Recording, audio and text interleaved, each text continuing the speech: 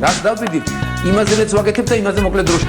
შეიძლება მართლაც ევროპაც გავავოცო. Поздравляю весь личный состав. კარგი მანევრია ძალიან. დიაპოვნებაში გადაცემდა. თუ იცით რომელმა იარაღმა შეიწირა ყველაზე მეტი ადამიანი მსოფლიოს ისტორიაში? ერთმა იარაღმა. ბირთულმა ბომბმა? არა. რაკეტამ? არა. ჭურმა? არა. არა.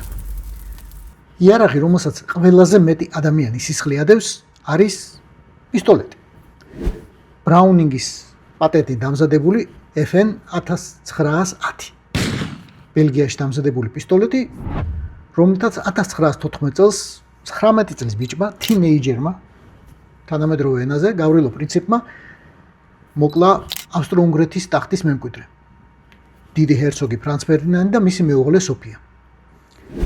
ამას მოყვა ერთ თვეში პირველი მსოფლიო ომი და ამ ომში პირველ მსოფლიო ომში დაიღუპა სხვადასხვა შეფასებით 15-დან 23 მილიონ ადამიანამდე.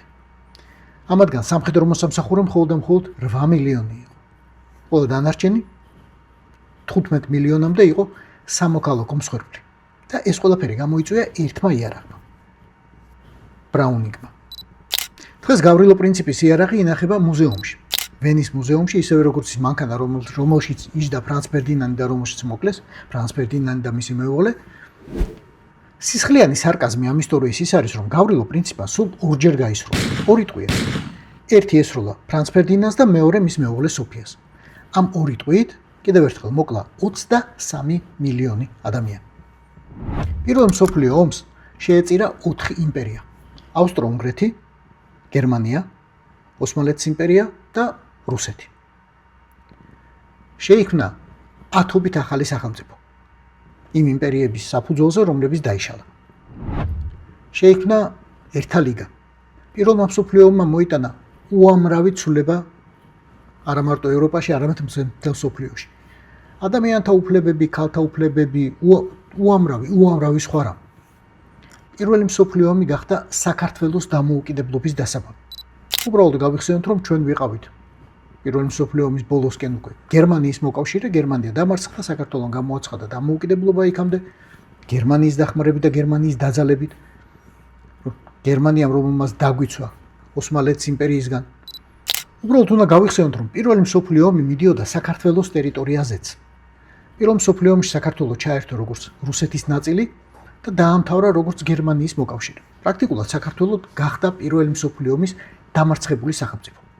იმიტომ რომ გერმანიის მოკავშირე იყო, მაგრამ ამის მიუხედავად საქართველოს 3 წლით შეინარჩუნა დამოუკიდებლობა, რომელიც მერე ისევ რუსეთის ახალმა იმპერიამ ჩამოართვა, წაართვა, წაგლიჩა, ახალი სისხლით და ახალი უბედურებით. გავრილო პრინციპი ამ თავდასხმის ადგილზე, ამ თავდასხმის შემდეგ დაიჭირეს. დაიჭირეს, გაასამართლეს, ციხეში ყავდა და 1918 წელს ციხეში გარდაიცვალა, როგორც ამბობენ, 40 კილო იყო სულ შიმშილისგან. 1918 წელს ისე რომ ვერ მოესწრო პირველი მსოფლიო ომის დამთავრებას. მაგრამ როგორც ამბობენ, არასოდეს არ უნანია. ყოველთვის ამბობდა, მე რო არ მომეკლა ფრანც ფერდინანდი. პირველი მსოფლიო ომი მაინც დაიწყებოდა, იმიტომ რომ ასე უნდა მომხდარიყო. ისტორია მოიტანაო. შეიძლება გაგიკვირდეთ, მაგრამ გავრილო პრინციპს ძეგლი უდგას. ძეგლი უდგას სერბეთში და უკვე დიდი ხანია. გავრილო პრინციპი მიიჩნევა თავისუფლებისთვის მებრძოლად. და რეალურად ასეც იყო. იგი იბრძოდა ავსტრო-უნგრეთის წინააღმდეგ. და საბოლოოდ მიაღწია კიდეც იმას, რომ ავსტრო-უნგრეთი დაიშალა, მაგრამ რის ფასად. დღეს 28 ივლისს პირველი მსოფლიო ომის დაწყების დღეა. მე თითქოს ერთი პისტოლეტის, ერთი ბრაუნინგის ამბის მოყოლა მოვინდომე და ფაქტიურად მსოფლიო ომის ისტორია გამომივიდა. რა უცნაურია, როცა არ იცი რა მოყვება ჩახმახის ერთხელ ან ორჯერ გამოკრას. რაც დავდივით, იმაზეც ვაკეთებ და იმაზე მოკლედ დროში. შეიძლება მართლაც ევროპაც გავავოცო. Поздравляю весь личный состав. კარგი მანევრია ძალიან. დიაპოვნებაში გადაცემდა.